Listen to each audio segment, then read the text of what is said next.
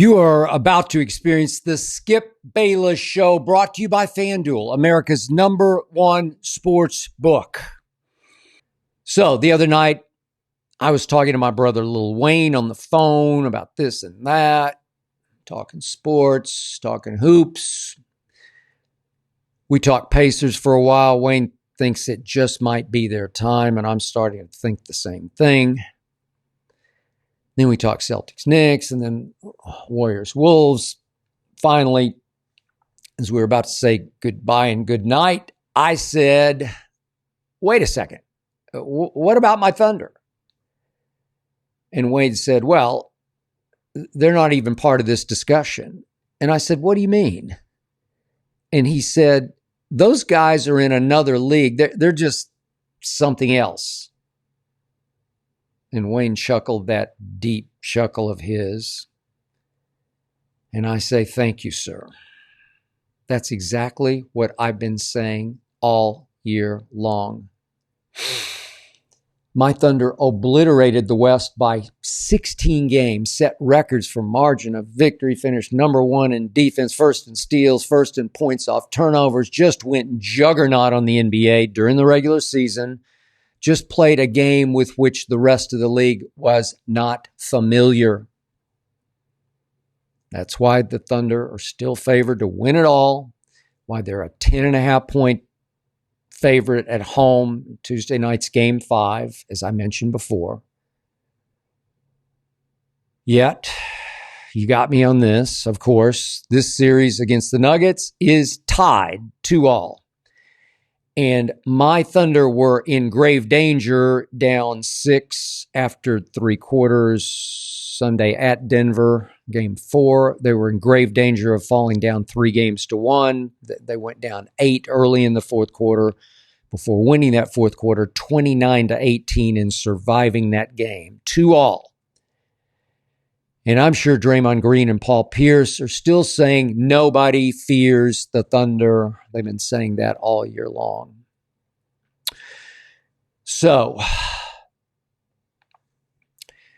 this series is tied either because the team nobody fears or cares about is A, it doesn't have a closer, or B, the Thunder simply haven't learned how to close games, especially big playoff games, because they played so few close games during the regular season, which they dominated the way no team has ever dominated a regular season. They were just too regular season good for their own playoff good because they weren't quite ready for this. They didn't get to practice this during the regular season. So think about this. In Game 1, the Thunder were up 13 with 6.5 minutes left, and they lost. They led Game 2 by as many as 49 points and won finally 149-106. In Game 3 in Denver, they were up 3 with the ball with 37 seconds left, but a cold shooting Shai Gilgeous-Alexander wouldn't let a hot-handed Jalen Williams touch the basketball on 2 straight possessions, and OKC lost. Then Sunday, up 7 with 147 left, SGA missed the last 3 shots he took, and he mixed in one horrifying dribble off-foot turnover. And I must admit, Denver, they had every chance to steal another one as a 6.5-point home underdog. And it looked to me like the Nuggets just finally ran out of physical and mental gas in the mile-high atmosphere. That Thunder D will wear you down and ultimately out. But I must admit, even though SGA got a lot of attention and credit for closing finally, I'm not sure he closed. He had this one stretch. He scored 8 points in about 3 minutes from the 5:28 mark down to 2:22 of Sunday's game. He made 4 straight shots. First one was a little lucky. He got a soft, lucky bounce, fortunate bounce on a little floater. made a really nice mid-range, made a driving, bolting layup, just beat everybody to the glass.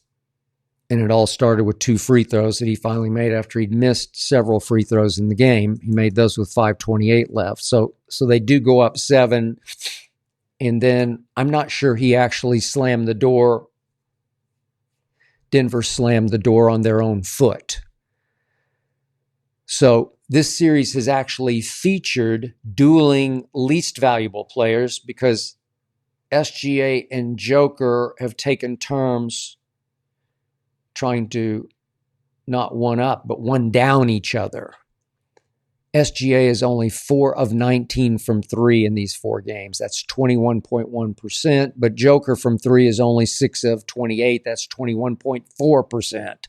While Joker also has been averaging a mind-blowing 5.8 turnovers per game. Think about that. Let's call it 6 turnovers a game through 4 games. And OKC has scored 95 points off turnovers to only 43 for Denver. That's juggernaut basketball. That's in another league stuff, as Wayne suggests. But it's 2 games apiece. So for the playoffs, SGA is shooting 11 of 47 from 3. That's 23.4% after shooting 37.5% during the regular season. So, I'll be honest, is this stage just a little too big? Lights a little too bright for the guy who should win the regular season MVP? I don't know, man. I'm starting to wonder.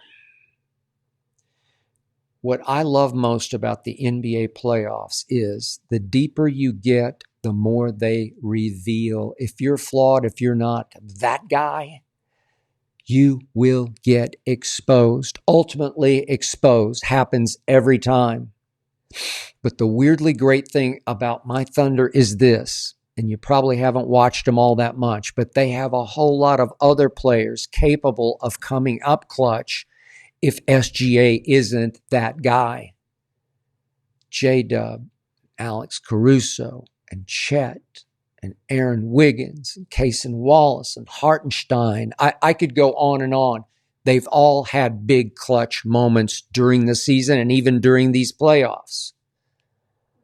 So I think Game 5 will be more like Game 2, a big, bad OKC blowout in OKC. I predicted Thunder in 6, and I'm going to stick with it. But I do believe, laugh if you will, but I do believe we're now watching the NBA Finals. These are the 2 best teams. The Thunder are, to me, considerably better than the Nuggets, but the Nuggets have a bunch of mentally and physically tough ballers, flat-out dogs who have been here and done all this before, who know how to close, how to clutch up.